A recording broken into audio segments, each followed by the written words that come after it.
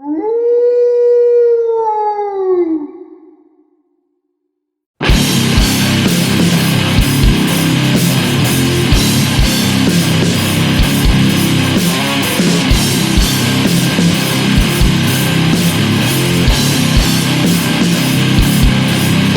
guys, welcome to Lair of the Lycan, aka the HQ of metal. Metal music to me is rebellion, expression, brutality, nonconformity, oneness, victory and serenity. And this mini-series will be looking at the best metal albums in the last 10 years. So we're pretty much at the end of the decade. Now would be a good time as any to reflect on the era which has legitimately shown just how innovative and unique metal can be. Bands such as Metallica, Megadeth released albums which showed them keeping up with their contemporary counterparts with ease. It was the scene's new blood which kept things truly interesting. We might have slipped out of the mainstream further than ever before, but all that means was that subgenres or subgenres were invented, existing ones completely redefined, and future classics unleashed onto the world with freedom and focus. So here goes.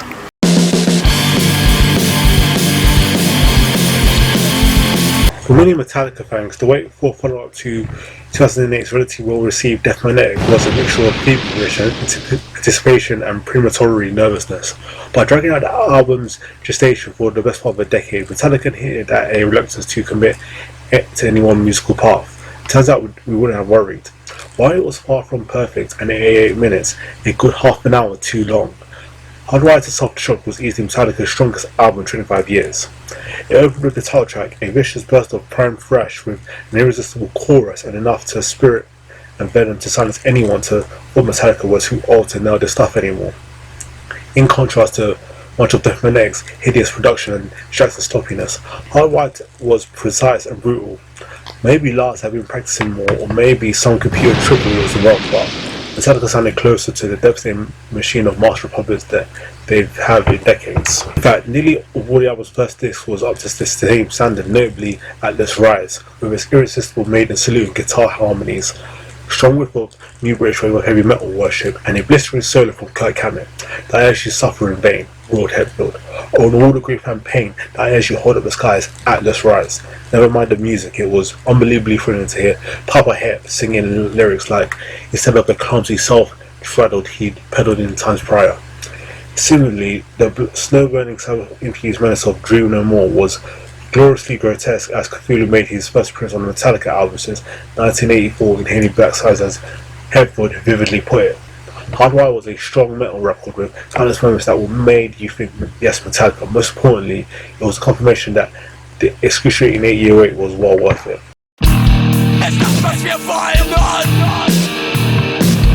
The other band to emerge in the 21st century, GOJIRA pursued a course of irreverent individuality, turning revered tropes into something extraordinary.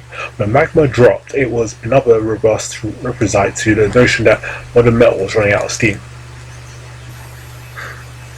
When Elphoton Sauvage was rugged, vicious and taut, constrained by urbanity and only for escape, Magma was GOJIRA's untethered, running wild, but the band sounded exhilarated by the concept of limitless space and freedom to roam. The lyrics reflected and refreshed, enhanced perspective too. George Plantier's cry of "When you change yourself, you change your world" could have seemed overly earnest delivered by anyone else, but the Frenchman's sincerity had long been a major selling point. No one once again exuded heartfelt rage and a sense of genuine, if cautious hope. It would have been a GOJIRA album without massive riffs, however, here they were as strident as bludgeoning as ever. This time though, there was a clear blue sky bursting through chinks in the band's previously impenetrable armory and a sense of imperious calm beneath the intensity and noise. This was not widely accessible music by any means. It was hard to imagine any fan of heavy music hearing the lurching Only Pain or the prolonged squall of the title track without being forced to remark, what is this? Well, it was GOJIRA, one of the greatest metal bands on the planet who, on this evidence, had only just begun to blow our minds. It would have been a great shame if one had taken a look at Ghost around the middle of the decade with their metallic masks and tailored uniforms, their nameless schools and skeleton of the skeletal evil Pope front things, and to dismiss their sweets as a mere gimmick, a joke. or beneath the lurid macabre showmanship and the spectacle, beat the heart of a truly accomplished rock band, and with its Latin title roughly translating as a yearning to be better. Lair was easily the sextet's finest outing to date, meticulously executed artful collection of black-souled retro doom pop as heavy as Metallica and as melodically sophisticated as ABBA. Exhibit A was for the defensible as he is, a chilling, beautiful hymn of the praise to the one with horns, which chime in acoustic guitars, stacks chord vocals, and think Inoculum piano and fregos could have been the Beach Boys if Brian Wilson had grown up on Scandinavian black metal. Elsewhere, Serenity boasted a killer state-indebted central riff and captivating "Can See Through the Scars Inside You" chorus. Devil Torch was artfully atmospheric and instrumental, and the thudding majesty was prettier and more uplifting than any song Roaring Carcasses and Soulless Sheep has a right to be. Despite this phenomenal success that culminated around 2018's Quell, this cult was only going to grow.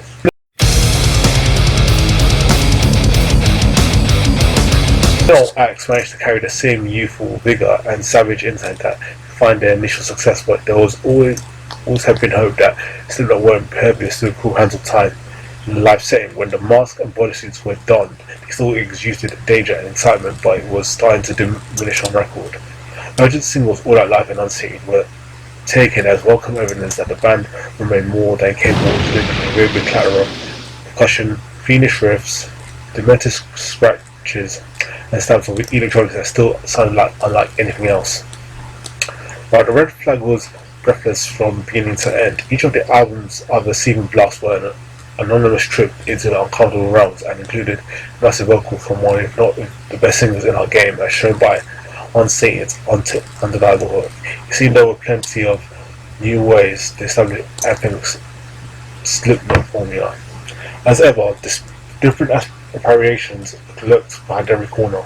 Both of the crew saw a deformed monstrosity lurching and contorting itself out of the new metal graveyard. The twisted lullaby of My Pain descends into the fog of dystopian synths, while the minimalist Spiders, with its eerie drum covers to a piano, more sinister with every listen.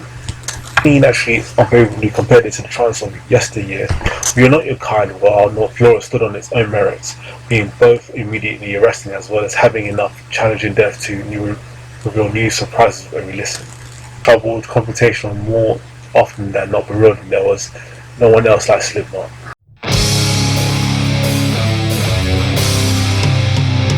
In years, 30 years of speculation, rumour and conjecture, finally the most mysterious album since Guns N' Roses' Chinese Democracy arrived. It boiled down to 9 tracks, 6 songs, 3 interludes, and you had to wonder, had it made so many people wait so long? Could Tool create something that matches their expectation? Tool certainly knew how to build a drama. Pressing play and hearing Alan Jones' guitars generously teasing open to the title track, moving from a solo imitating Creek into something more recognisable as Tool, was a breathtaking start. The rest of the songs set the album stall out, a lengthy ever-evolving masterpiece. It used restraint expertly, bearing staying in the same timeless signature for more than one riff. It felt like the entire album was worth of ideas on its own.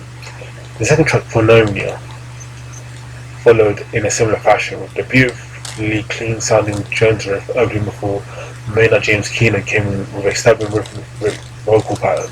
Again, it breathed all in and out of direction like the less preordained musical passages, more like random breathing patterns or flowing water. A living organism rather than a song. Then Justin Chancellor's bass smashed you in the chest. A chugging riff came in and Tool spent a few bars just being a great band. Neil was on sumptuous form, although oddly used sparingly, but he gave an album of such outrageous density and grandiosity, some genuine emotional heft. We were all born of one breath, he sang on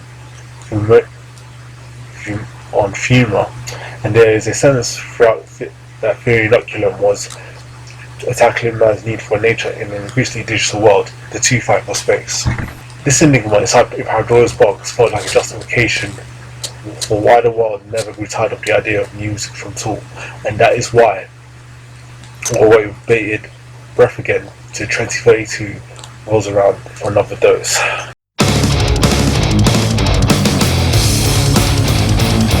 was over a decade in the making. Rammstein's self-titled new album finally arrived in 2019. We know since the first of the single Deutschland that the follow-up to 2009's Liebe ist Violett was going to be special, but Rammstein turned out to be the German industrials pioneers have made their finest album yet. The themes which flowed from the album led to wild speculation that Rammstein was a third rebirth to the growing waves of global nationalism, that it was a concept following a tormented protagonist on his journey from abuse to abuser, that it was a collection of songs designed to take the spotlight away from their hair-raising live shows and raise back on their identity as musicians. Deutschland set a jaw-dropping precedent in terms of size, scale and ambition of the album as a whole. Its video, a typically 10-minute short movie, traversed various eras of Germany's complex history, looking at the project's darker moments scarily in the eye as it went. Deutschlander was a delirium-induced club banger that wouldn't feel out of place as a slightly left-field entry at the Eurovision Song Contest. The album's lyrical content was open to interpretation, especially with lyrics which for many listeners required translation, risking lots of nuance and certainty in the process. This, which wasn't in question, was that this was Rammstein at their most essential, confrontational, raw, and at the same time was more of an exercise in introspection and maturity as much as it was scandal controversy. With this album, Rammstein established that they're still operating on another level.